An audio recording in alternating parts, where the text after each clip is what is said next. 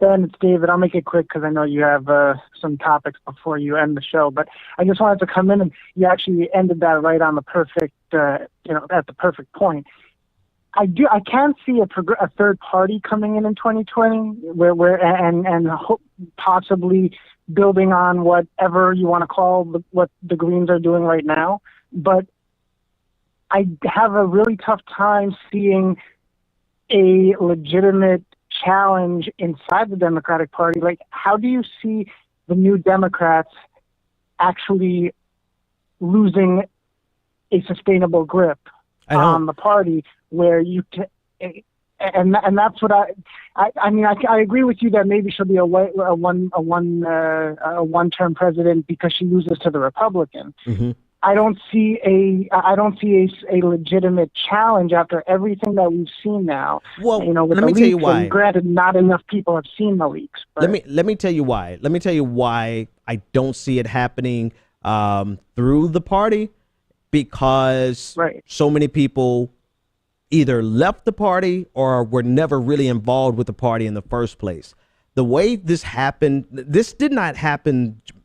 What happened with the Republican Party has been a process since 2010, 6-year process of the Tea Party taking over every level of the Republican Party. And then they finally got their way and got somebody like they became the plurality in the Republican Party. Right. But they became so by being that precinct captain, that by being the elected official on the school board, that local Tea Party member, having Tea Party caucuses, but they were inside the framework of the Republican Party. And that's why the Republican Party is fractured from the inside.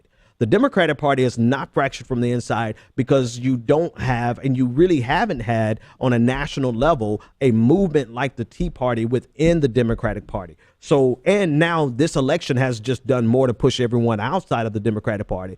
Now the question is, have enough gone over to the Green Party to actually mount a real third party challenge in 2020? We'll see what the polls. All right, let's see what the actual numbers pan out to be.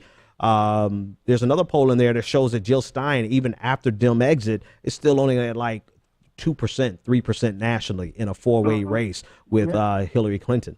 With Hillary Clinton, Gary Johnson, and Gary Johnson is performing way better. So the question is, where is all that energy?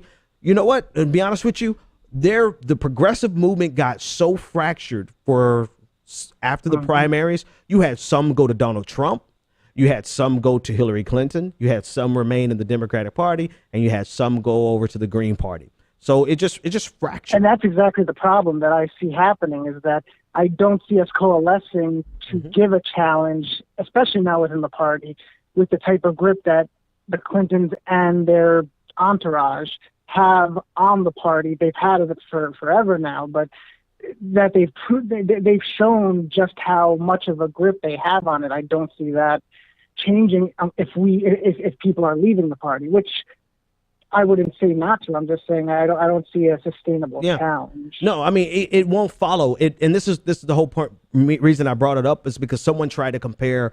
This journalist that I know wanted to compare the demise of the Republican Party with the demise of the Democratic Party. I'm like, they're on two totally different frequencies and paths, right? Republicans were destroyed from within. Democrats have just purged. The Democrats have purged progressives, and progressives are scattered and they've gone different directions. And we'll see what the election actually brings. But two totally different trajectories.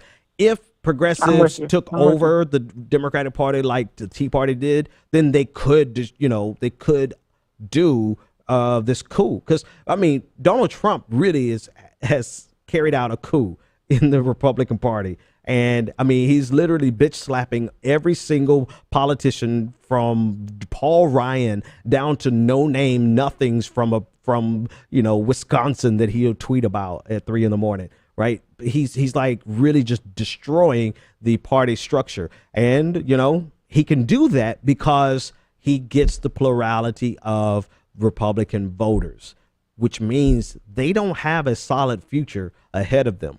So we'll see what happens. Thanks for the call, David.